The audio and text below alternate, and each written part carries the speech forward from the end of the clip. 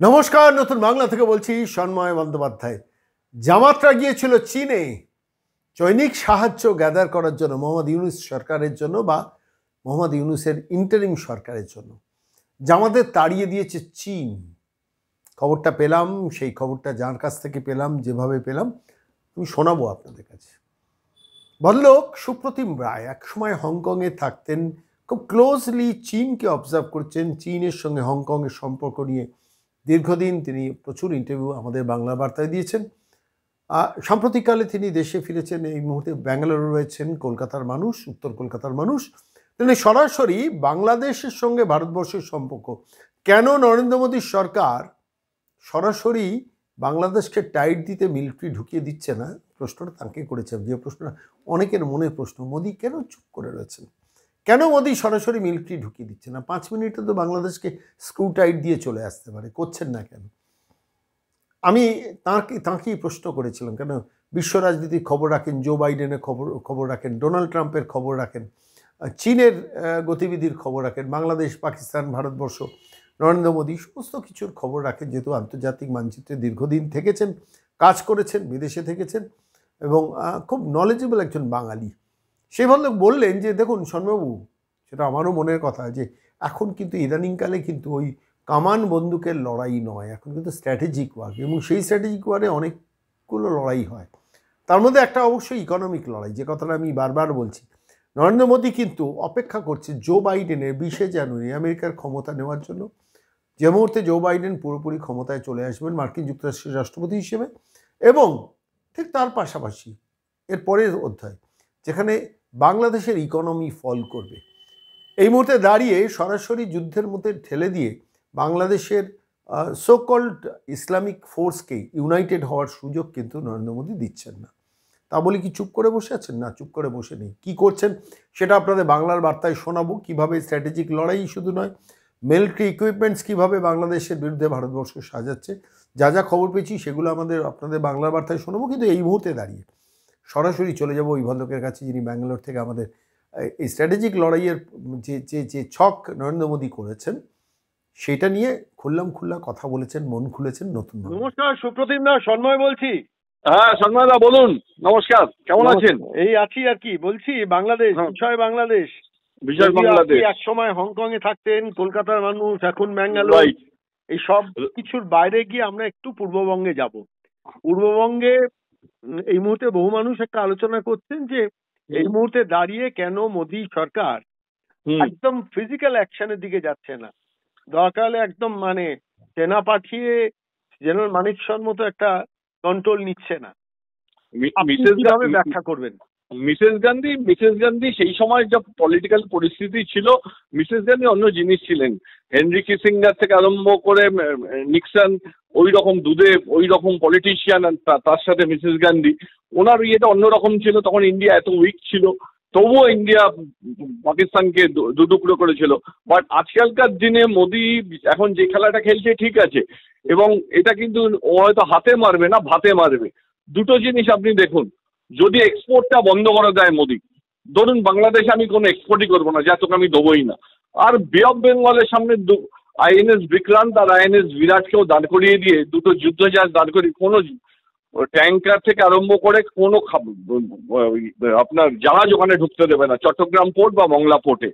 আপনি জাস্ট দুটো দিন দেখুন। আজকে বাংলাদেশে আমার সাথে কথা হয়েছে, আমার বন্ধু অনিন্দ আছে ওখানকার লোক, ও বলছে 80 টাকা কিলো আলু কিনেছে। এইটা যদি মোদি করে, কালকে এটা 200 টাকা হয়ে যাবে। অ্যান্ড মোদি এটাকে জাস্ট ওয়েট অ্যান্ড ওয়াচ, দেখছি আমি। আমার নিজের মনে হয় সুপ্রতিম দা, আমার নিজের বারবার যেটা আমি বলছি, বাংলাদেশকে ইকোনমিক্যালি দুর্বল হয়ে যাবে বাংলাদেশ, সেটা অটোমেটিক যা এখন সিচুয়েশন সেই দিকে যাচ্ছে। মোহাম্মদ ইউনূসের সরকার কিন্তু বিশ্ব অর্থনীতি থেকে বাংলাদেশের ইকোনমিটাকে ফেল করে যাবে। বাংলাদেশের ইকোনমি তো অটোমেটিক্যালি অলরেডি তো দুর্বল। ওদের তো আপনার ওই টেক্সটাইল ছাড়া সেরকম কিছু নেই, আর কয়েকটা সাইকেলের কয়েকটা সেটা রয়েছে। অর্ধেক টেক্সটাইল বেরিয়ে গেছে, এখন ইন্ডিয়ায় চলে এসছে, এবং কিছু এই রায়টে অর্ধেক বন্ধ হয়ে পড়ে রয়েছে। সুতরাং এটা যদি আর 3 মাস চলে, ওটা অটোমেটিক্যালি ইকোনমি ভেঙে পড়বে। আপনার কাছে আমার একটাই খুব স্পেসিফিক প্রশ্ন, আমি এটা নিয়ে আমার ওপিনিয়নটা ঠিক কিনা আমি সেটা বোঝার জন্য আমি আপনাকে জিজ্ঞেস করছি, কারণ আপনি ইকোনমিক্স নিয়ে কিছুটা নাড়াঘাটা করেন বলে বলছি। বাংলাদেশ ইকোনমিক্যালি ফল করলেই বাংলাদেশ স্টেট কোল্যাপস করবে। একদম একদম। এটার জন্যই কি নরেন্দ্র মোদী ওয়েট করছেন? এইটার জন্যই নরেন্দ্র মোদী ওয়েট করে, ঠিক যেটা মালদ্বীপকেও করেছিল। মুইজু প্রথম থেকে সে খুব আরম্ভ করলো যে আমি ইন্ডিয়ার সাথে এই করবো, ঢুকতে দেবো না, এ করবো। দেখুন সেই বেড়ালের মতো সুরসুর করে মোদির পায়ে হাত দিতে হয়েছে। এই জিনিসটাই বাংলা, এবং এমন অবস্থা করবে এদের, আপনি দেখবেন তখন এদের আর মানে পাকিস্তানের থেকে অবস্থা, পাকিস্তানের তাও তো কি ছিল। দেখুন সুপ্রজিৎ, আমি আপনাকে একটা কথা বলি, আমি পাকিস্তান নিয়ে পরে আপনার কাছে আসবো। প্র্যাকটিক্যালি হিন্দুরা পড়ে পড়ে বাংলাদেশে মার খাচ্ছে। এই পশ্চিমবঙ্গের হিন্দু বাঙালি জনজাতি গোষ্ঠী, তারা একদিকে দেখছেন মমতা বন্দ্যোপাধ্যায় প্র্যাকটিক্যালি বিএনপি জামাত রাজাকারদের লাইনে মুভ করছেন অনেকদিন ধরে। আজকে বলে না, বাংলাদেশ সীমান্তে 72টা উপস্থিত জমি না দেওয়া, বিএসএফ এর 50 কিলোমিটার ডমিনেশন করতে না দেওয়া, বিভিন্ন ভাবে তাদের সাপোর্টটা দিয়ে গেছে। তার পাশে মানুষের একটা এক্সপেকটেশন যে মমতা বন্দ্যোপাধ্যায় যখন জামাত বিএনপিদের প্রায় সঙ্গী হয়ে গেছেন, সেই সময় দাঁড়িয়ে মোদী কেন প্রোঅ্যাক্টিভ মিলিটারি অ্যাকশন নিচ্ছেন না। এবং আমার আজকালকার দিনে দুম করে এরকম ভাবে অ্যাকশন নেওয়া যায় না। ইন্ডিয়া ব্রিক্সকে একটা বড় পার্টনার, যেখানে রাশিয়া আছে, চায়না আছে, ইন্ডিয়া আছে, সাউথ আফ্রিকা আছে। আজকে ইন্ডিয়া আমেরিকাকে মানে না, ব্রিটেনকেও মানে না। কিন্তু এই যে 4টে দেশ এবং এর সাথে যে আরো ইরান ঢুকেছে, এরা বসে একটা অলরেডি একটা এদের সাথে রেগুলার কথা হয়। এবং দেখুন আপনি একটা জিনিস লক্ষ্য করুন, চায়না কিন্তু একটা মুখ ফাঁক করেনি এগেনস্ট ইন্ডিয়া যে বাংলাদেশে এরকম হচ্ছে। চায়না চুপ করে বসে রয়েছে। চায়না জানে এটাকে, এই সেন্ট মার্টিন দ্বীপটা যেটা আমেরিকা ঘাঁটি করতে চাইছি, সেটা ইন্ডিয়ার জন্য যেমন বিপদ, আমার পক্ষেও বিপদ। সুতরাং ইন্ডিয়াকে ফ্রি হ্যান্ড দিয়ে দিয়েছে, whatever you like you can do. মানে আপনি বলছেন বাংলাদেশ প্রেক্ষিতে এখন চীন এবং আপনি এটা জানেন কিনা জানি না, জামাতের মধ্যে 8-10 জন নেতা বেজিং এ গিয়েছিল লাস্ট উইকে, এবং পত্রপাঠ বিদায় করে দিয়েছে চায়না। আচ্ছা, এটা জানতাম। পত্রপাঠ বিদায় করে দিয়েছে চায়না, একদম না করে দিয়েছে এখানে। এবং চায়নার মেন টার্গেট কিন্তু ইন্ডিয়া নয়, চায়নার মেন টার্গেট হচ্ছে গিয়ে ইউএসএ।